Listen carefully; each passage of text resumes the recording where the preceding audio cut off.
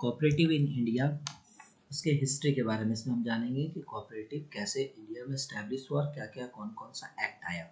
सबसे पहले cooperative movement जो इंडिया में स्टार्टेड हुआ था 1904 में, जिसमें कोऑपरेटिव क्रेडिट सोसाइटी एक्ट पास हुआ था। तो 1904 में कोऑपरेटिव मूवमेंट स्टार्ट हुआ था जिसमें कोऑपरेटिव क्रेडिट सोसाइटी एक्ट पास हुआ था। फादर है कोऑपरेटिव मूवमेंट के एफ निकोलसन, इंडिया के फादर है। जब ये कोऑपरेटिव एक्ट पास हुआ 1904 में, तो इसके कुछ लिमिटेशन थे। इसमें क्या लिमिटेशन थे कि इसमें कोई भी प्रोविज़न नहीं था formation of non credit society बनाने का। तो इसमें कोई भी formation of non credit society बनाने का प्रोविज़न नहीं था। तो 1912 में प्रोविज़न लाया गया formation of non credit society बनाने के लिए। उसका एम था कि इम्प्रूव कर सके इकोनॉमिक स्टेटस उसके मेंबर को, एज वेल एज मीट कर सके उसके डेली रिक्वायरमेंट को। तो there was a provision for the formation of central cooperative society also. तो जो 1912 में एक्ट आया उसमें दो चीज़ आया था कि नॉन कोऑपरेटिव सोसाइटी बना और उसके साथ प्रोविज़न आया formation of central cooperative society बनाने के लिए। फिर गवर्नमेंट अपॉइंट किया एक कमेटी सर मैक्लेनेगन के अंडर में 1914 में।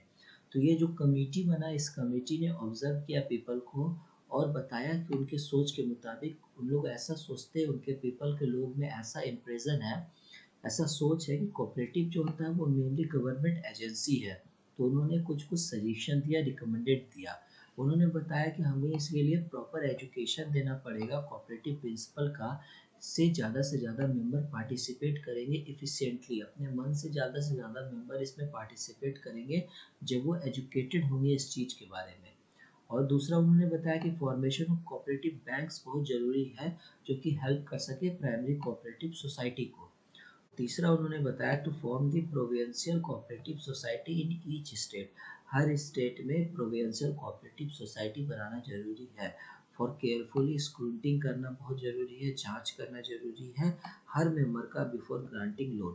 तो लोन देने से पहले अच्छे से जांच करना बहुत ज़रूरी है हर मेंबर का। 1944 में गवर्नमेंट अपॉइंट किए एग्रीकल्चर फाइनेंस सब कमेटी, जो कि प्रोफेसर D.R. गडगिल के अंदर में था, जिसमें स्टडी किया कोऑपरेटिव मूवमेंट को और उसमें सजेशन दिया गया उनके इम्प्रूवमेंट के लिए। फिर 1945 में गवर्नमेंट अपॉइंट किया कोऑपरेटिव प्लानिंग कमेटी, जो कि सबमिट किया अपनी रिपोर्ट को 1946 में। फिर 1951 में ऑल इंडियन रूरल सर्वे कमेटी रिपोर्ट आया, पब्लिश हुआ उसका रिपोर्ट, जिसमें जिसके चेयरमैन थे ऑफ द कमेटी जो थे वो थे A.D. गोडवाला। उनका रिकमेंडेशन था कि organisation of large size cooperative society करना चाहिए, ऑर्गेनाइजेशन ऑफ मार्केटिंग कोऑपरेटिव बनाना चाहिए, गवर्नमेंट को असिस्ट करना चाहिए और मदद करना चाहिए in the form of loan और सब्सिडी सोसाइटीज़ को। Adoption of system of control credit का एडॉप्शन लाना चाहिए, अडॉप्ट करना चाहिए सिस्टम जो क्रेडिट को कंट्रोल कर सके। Establishment of SBI as institute, SBI को इस्टेब्लिशमेंट किया जाए एज इंस्टीट्यूट जो कि असिस्ट कर सके कोऑपरेटिव सोसाइटी को रूरल ब्रांचेज में। तो मतलब SBI रूरल जगह पे पहले रूरल को हेल्प करे, वहाँ के कोऑपरेटिव सोसाइटी को हेल्प करे, इसलिए SBI का इस्टेब्लिशमेंट करना चाहिए। इन 1954 में the all Indian rural cooperative society recommended किया formation of large size society के लिए। फिर थर्ड इंडियन कोऑपरेटिव कांग्रेस जो कि हेल्ड हुआ था न्यू दिल्ली में इन अप्रैल 1958 में, उन्होंने रिकॉग्नाइज किया इम्पोर्टेंस क्या है कोऑपरेटिव सेक्टर का। तो इंडियन नेशनल कांग्रेस ने 1959 में जो नागपुर में सेशन हुआ था वहाँ पे एक्सेप्ट किया resolution of agrarian economic, agrarian मतलब एग्रीकल्चर इकोनॉमिक्स, जो एग्रीकल्चर से रिलेटेड है, फार्म से प्रोडक्ट से जितनी भी चीज़ से रिलेटेड है उसकी रिजोल्यूशन, उसको सुधारने के लिए, उसको करने के लिए उन्होंने एक्सेप्ट किया सेशन। तो जो इंडियन नेशनल कांग्रेस जो 1959 में हुआ था नागपुर में, उन्होंने वहाँ एक्सेप्ट किया कि उसको सुधारने की ज़रूरत है एग्रेरियन इकोनॉमिक को। और जो रिजोल्यूशन उसका सुधार हुआ वो रेडिकल चेंज लाया in the policy and programme of cooperative movement के लिए। कोऑपरेटिव मूवमेंट में बहुत ज़्यादा रिवॉल्यूशनरी चेंज लाया ये जब ये एग्रेरियन इकोनॉमिक को एक्सेप्ट किया इंडियन नेशनल कांग्रेस ने 1959 में। Multipurpose cooperative society first time जो इस्टेब्लिश हुआ था 1939 में इन उड़ीसा में। मल्टीपर्पज़ जो एक से ज़्यादा पर्पज़ के लिए यूज हो वैसा कम्युनिटी जो इस्टेब्लिश हुआ था, फर्स्ट टाइम हुआ था 1939 में उड़ीसा में। 1954 जो ईयर था वो लैंडमार्क था हिस्ट्री, इंडियन हिस्ट्री के लिए, जो हिस्ट्री ऑफ रूरल क्रेडिट और रूरल क्रेडिट पॉलिसी इंडिया के लिए। फिर जो कोऑपरेटिव जो होता है ये ओरिजिनली कहाँ से ओरिजिनेट हुआ था, ये ओरिजिनेट हुआ था यूरोप से, और ब्रिटेन जो इसका होमलैंड था कोऑपरेटिव स्टोर मूवमेंट का, ये मेन जगह था कोऑपरेटिव मूवमेंट का। प्राइमरी ऑब्जेक्टिव था कोऑपरेटिव मार्केटिंग का, कि वो रिड्यूस कर सके मार्केटिंग मार्जिन को और एश्योर कर सके फार्मर को अच्छा प्राइस मिले, इसीलिए कोऑपरेटिव मार्केटिंग बनाया गया था।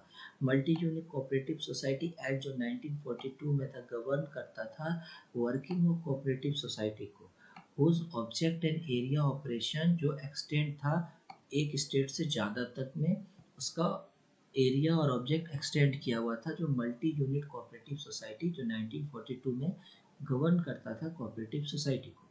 फिर national cooperative development corporation NCDC act जो 1962 में, बाय रिपेलिंग अर्लियर एक्ट, तो अर्लियर एक्ट को ये नष्ट करके, अर्लियर एक्ट को ख़त्म करके ये जो एनसीडीसी एक्ट बना था, एनसीडीसी एक्ट जो इनेक्टेड था वो लॉ लाया, जो एनसीडीसी एक्ट वाज लॉ लाया गया which replace the earlier NCDC board में। जब ये लॉ आया एनसीडीसी एक्ट का तब वो रिप्लेस किया एनसीडीसी बोर्ड्स का, अर्लियर जो उससे पहले बोर्ड को थे उसमें रिप्लेस किया गया।